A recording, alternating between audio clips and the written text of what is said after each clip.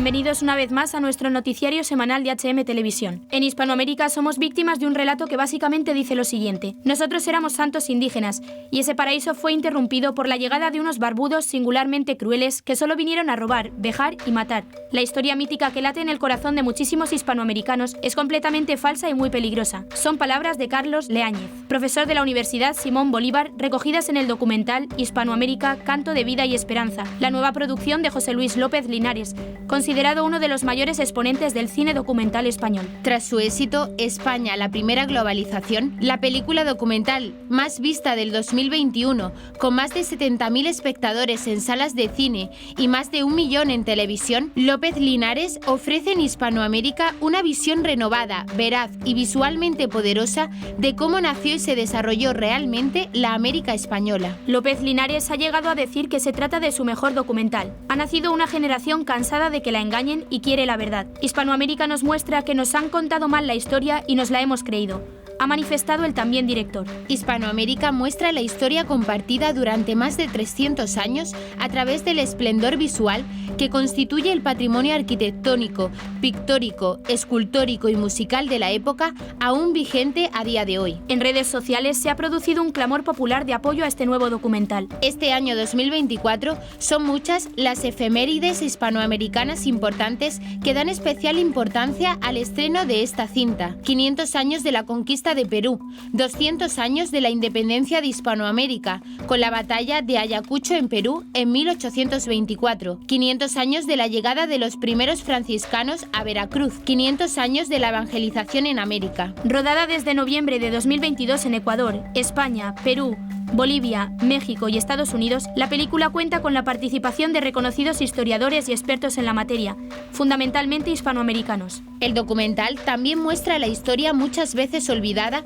como el trato hacia los indígenas, cuidando su dignidad, así como la realización de audiencias y visitas para frenar abusos. Pocos hablan de los mulatos en las universidades. Hasta el siglo XIX no existía el término raza. También se recuerda a personajes como Vasco de Quiroga, quien protegió a los más necesitados y se apoyó en técnicas indígenas. Hispanoamérica es también un canto a la mujer como puente histórico. 3 figuras femeninas tutelares hacen posible el nacimiento de Hispanoamérica. La reina Isabel la Católica da la dignidad y la igualdad. La Virgen de Guadalupe, figura femenina protectora. Y Doña Marina, el puente. De su unión con Hernán Cortés nace Martín Cortés, el primer mestizo, el primer mexicano. Hispanoamérica, Canto de Vida y Esperanza se ha colocado en su semana de estreno entre las 10 películas más vistas, y de hecho le han bastado 3 días para convertirse en el documental más visto en lo que llevamos de 2024. Hispanoamérica es a la vez un espectáculo visual y sonoro y un documental que combina declaraciones de historiadores y expertos con paisajes y obras de arte impactantes. Es obra del cineasta José Luis López Linares y lo distribuye Bosco Films. En esta semana de estreno ha logrado también colocarse como número 1 en espectadores por sala a nivel nacional. Se estrenó en 59 salas, atrayendo estos primeros días a 21.000 espectadores a las salas de cine.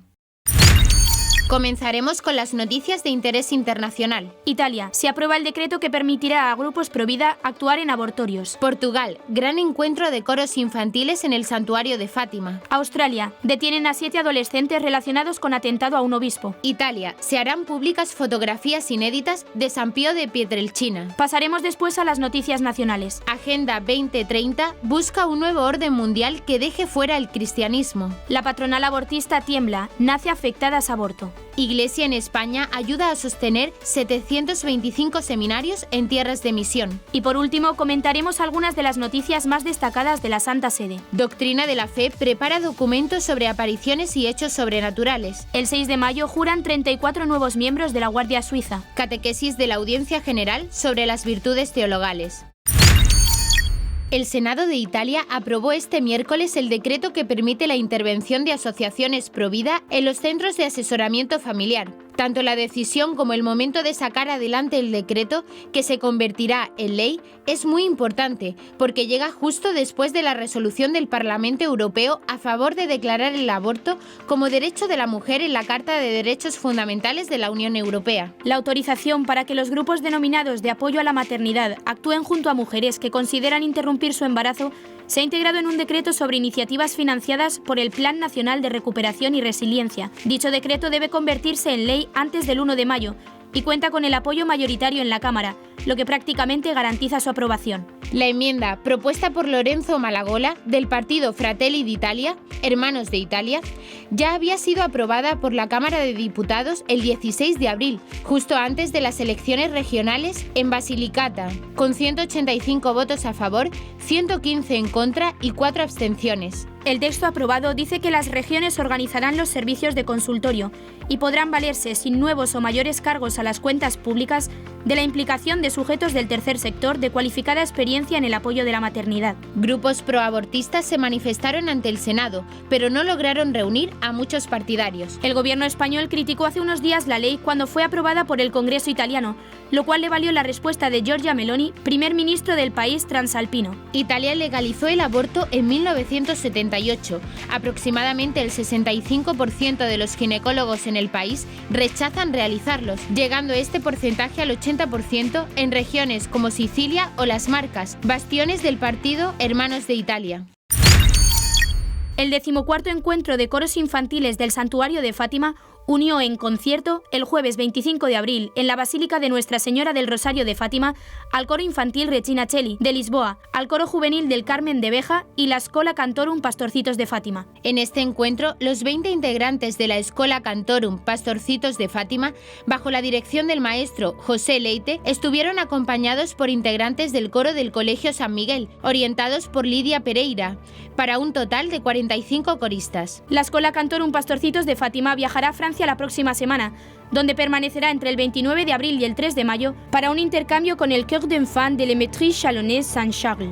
El coro infanto-juvenil del Santuario de Fátima, Schola Cantorum Pastorcitos de Fátima, fue creado en 2003 para animar la peregrinación nacional de los niños al santuario. Con 21 años de existencia, cuenta actualmente con 20 integrantes con edades entre los 8 y los 17 años. El coro infantil Regina Coeli de Lisboa inició sus actividades en 1991 y cuenta actualmente con 20 niños, con edades comprendidas entre los 5 y los 10 años. El coro juvenil del Carmen de Beja fue fundado en 1999 y se compone de 31 integrantes entre los 8 y los 26 años. En el inicio de este año representó a Portugal en el 44 Congreso Internacional de Pueri Cantores, en Roma, donde cantó ante el Papa Francisco.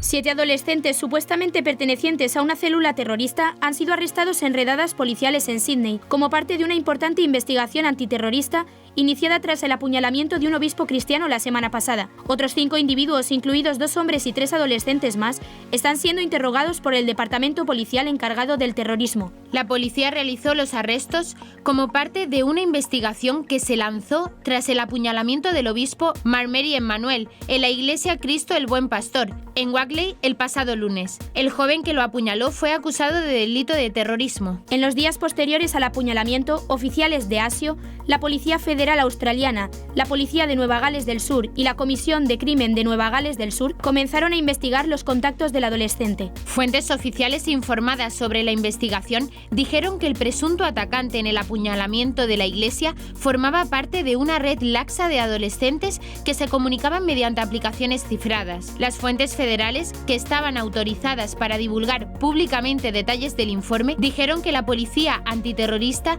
creía que algunos miembros del grupo estaban interactuando con material islámico radical. El presunto atacante parecía referirse a declaraciones anteriores del obispo sobre el Islam después de supuestamente apuñalarlo. Algunos miembros del grupo disperso también estaban involucrados en delitos menores callejeros, dijeron las fuentes. El subcomisionado de la policía de Nueva Gales del Sur, David Hudson, dijo el miércoles por la tarde que pronto creyeron que el grupo merecía una investigación más profunda y llegaron a la conclusión de que representaban un riesgo para la comunidad. Hudson dijo que los arrestados tienen 15, 16 y 17 años. Las redadas comenzaron a las 11:15 e involucraron a 400 policías irrumpiendo en propiedades en 13 ubicaciones en los suburbios del suroeste de Sydney, incluyendo Bankstown, Prestons, Casula, Lorne, Rydalmere, Greenacre, Stratfield, Chester Hill y Punch Bowl. También registraron locales comerciales en Goulburn. Hudson explicó: no se habían nominado objetivos específicos, pero era clara la amenaza continua y la naturaleza laxa del grupo.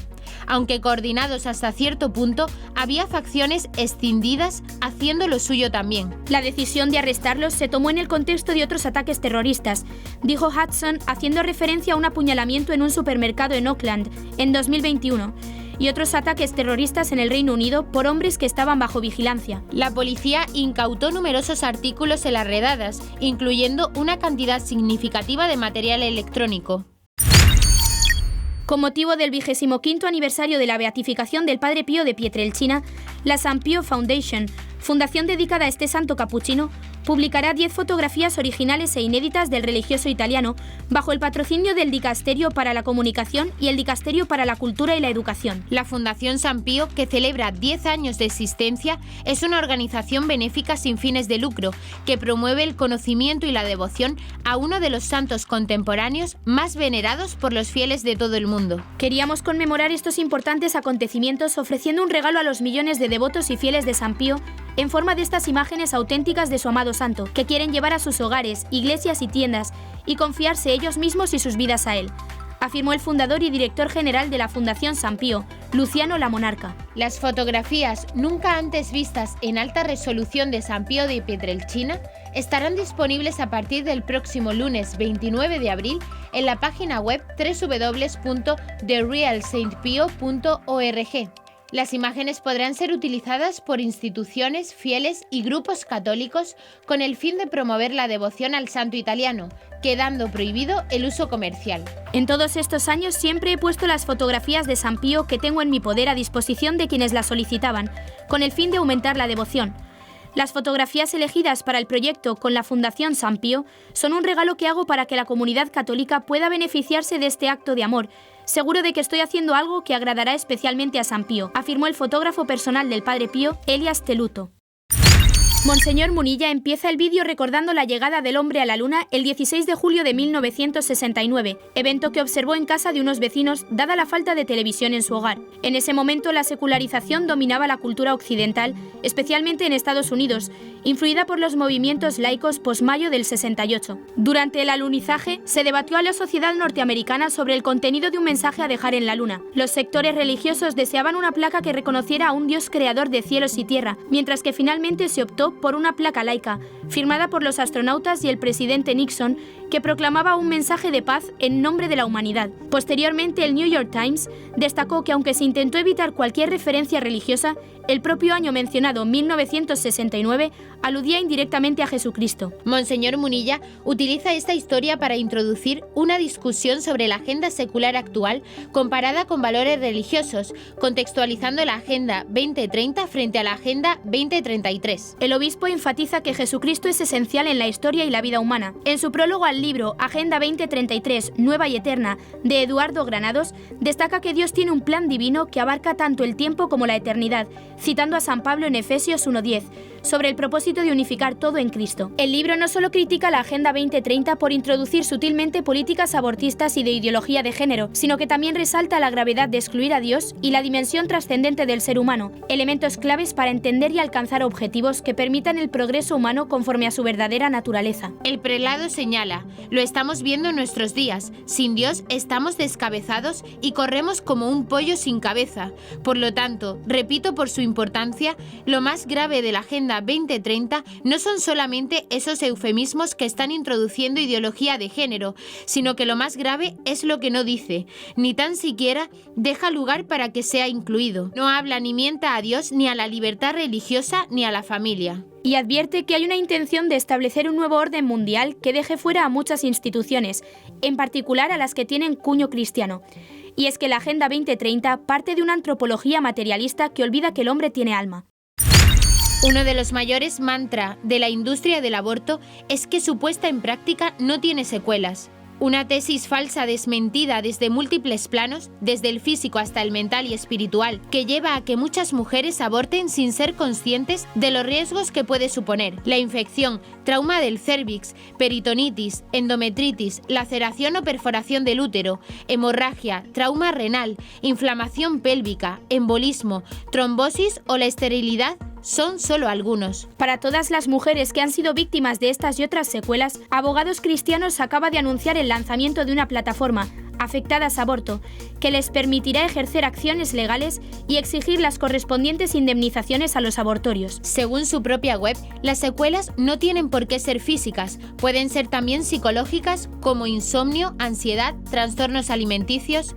Si has sufrido las secuelas del aborto, puedes contar tu caso a Afectadas Aborto desde su página web. Se calcula que desde la legalización del aborto en España en 1985 y hasta 2022 se han practicado más de 2,7 millones de abortos quirúrgicos, siendo imposible de cuantificar los abortos en su modalidad química. Muchas de las mujeres que abortan sufren estas secuelas sin siquiera vincularlas a los abortos o sin saber que es posible exigir indemnizaciones. Tal y como anuncia la Organización de Juristas, los servicios prestados no tendrán coste alguno para las mujeres víctimas del aborto. La presidenta de Abogados Cristianos, Polonia Castellanos, asegura que no importa que las mujeres afectadas no compartan los valores de Abogados Cristianos. Ellas son víctimas de un negocio que se aprovecha de su vulnerabilidad para ganar dinero. La iniciativa surge después de que el Tribunal Supremo condenase a ACAI, la patronal del aborto, por mentir a las mujeres sobre las secuelas de esta intervención, lo que abre la puerta a pedir indemnizaciones a miles de víctimas. El proceso de denuncia propuesto por Afectadas Aborto es sencillo.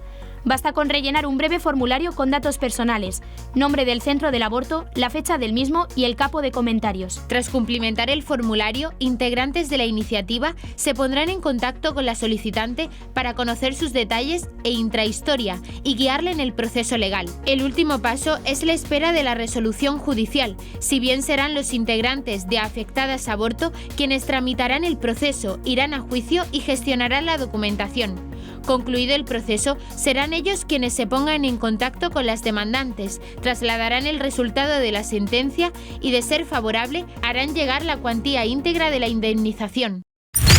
La obra pontificia San Pedro Apóstol, que tiene sede en España, es una de las 4 obras misionales pontificias. Ella obtiene recursos para ayudar a mantener 725 seminarios en todo el mundo y el sostenimiento y formación de las vocaciones al sacerdocio y a la vida consagrada en tierras de misión. En Asia, estos seminarios, 152 menores, 13 propedéuticos y 62 mayores, albergan más de 15.000 candidatos al sacerdocio. En África, más de 67.000 seminaristas forman parte de los 225 seminarios menores, 116 propedéuticos y 142 mayores. En Asia se forman, gracias a las obras misionales pontificias, 112 futuros presbíteros en 5 seminarios mayores, mientras que en las tierras de misión de América se forma a 157 seminaristas distribuidos en un seminario menor, 2 propedéuticos y 7 seminarios mayores, según datos ofrecidos por obras misionales pontificias. En el 2023, la obra pontificia de San Pedro Apóstol destinó más de 16 millones de euros para el sostenimiento de estos seminarios y seminaristas.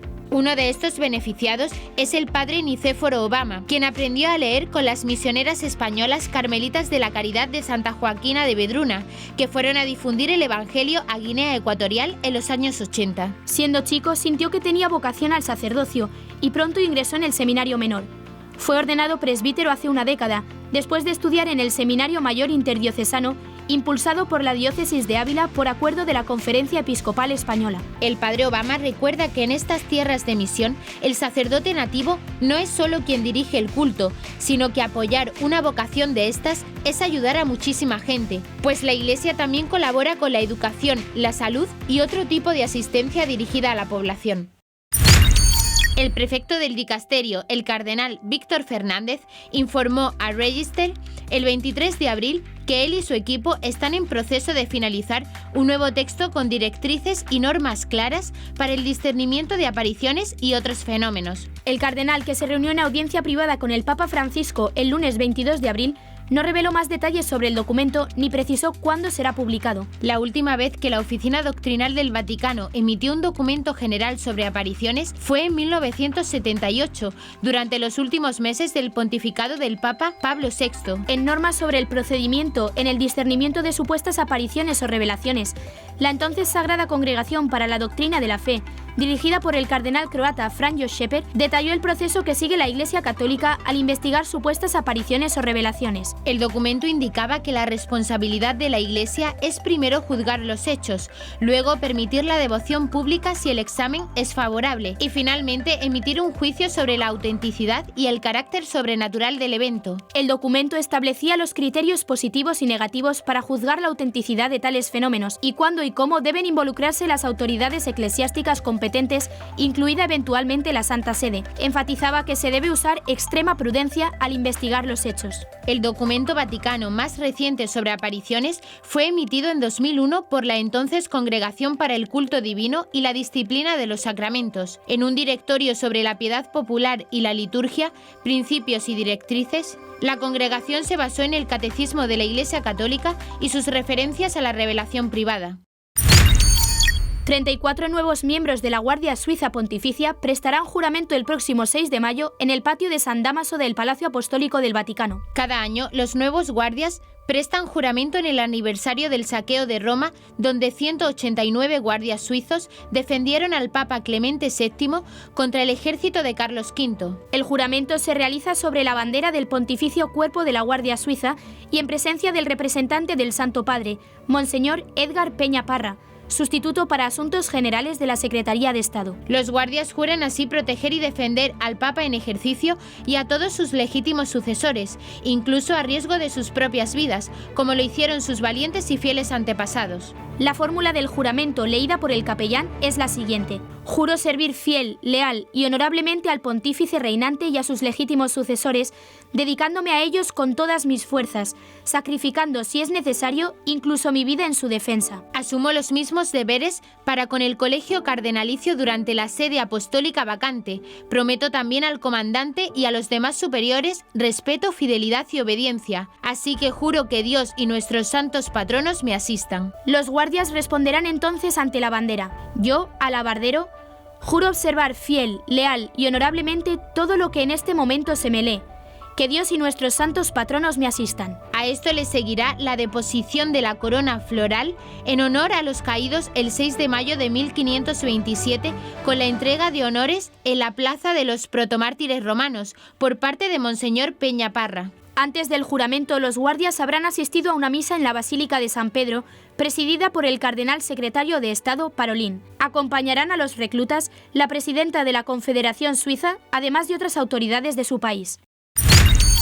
Bajo el título La vida de gracia según el Espíritu, el Papa Francisco introdujo en su catequesis de la Audiencia General de este miércoles 24 de abril las virtudes teologales, la fe, la esperanza y la caridad, aquellas que se reciben en el bautismo y vienen del Espíritu Santo. Según explicó el Papa Francisco, las virtudes cardinales sobre las que reflexionó en las catequesis pasadas forman parte del patrimonio de la humanidad y ya se practicaban antes de la llegada de Cristo, ya que existe en el corazón de cada hombre y de cada mujer la capacidad de buscar el bien. Por el contrario, las virtudes teologales representan la asistencia especial del Espíritu de Jesucristo. Son aquellas cuyo gran don es la existencia vivida en el Espíritu Santo. En este sentido, el Santo Padre subrayó que el cristiano nunca está solo, al tiempo que precisó que hace el bien no por un esfuerzo titánico de compromiso personal, sino porque como humilde discípulo camina detrás del Maestro Jesús. Por ello, aclaró que las virtudes teologales son el gran antídoto contra la autosuficiencia y aquellas que se viven en relación con Dios y que son recibidas en el bautismo y vienen del Espíritu Santo. Al final, el Papa Francisco destacó que para corregir las situaciones que a veces se vuelven dolorosas, las virtudes teologales son de gran ayuda. Y hasta aquí nuestro informativo semanal. Esperamos que haya sido de su agrado.